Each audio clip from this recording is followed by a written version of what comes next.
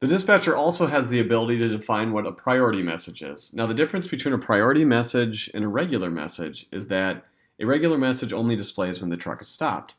In the case of a priority message, it will actually be displayed while the driver is moving on their tablet. So you want to be very careful about when you use priority messages. Obviously, it needs to be something important since it will be displayed when the driver is driving. Now, to create it, the process is actually pretty simple. Simply go down to the lower left-hand corner, click the plus sign, and then hit priority message. So now this is where you want to type your message. In this case, we'll just say that I-90 is shut down.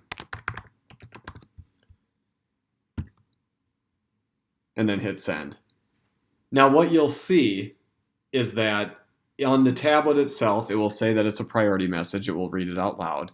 And then you'll also notice that there's an exclamation point indicating that it is a priority message. So if other dispatchers are coming in and looking at this message, or you're looking at the history, it will be showed as a priority message in the actual channel of the truck.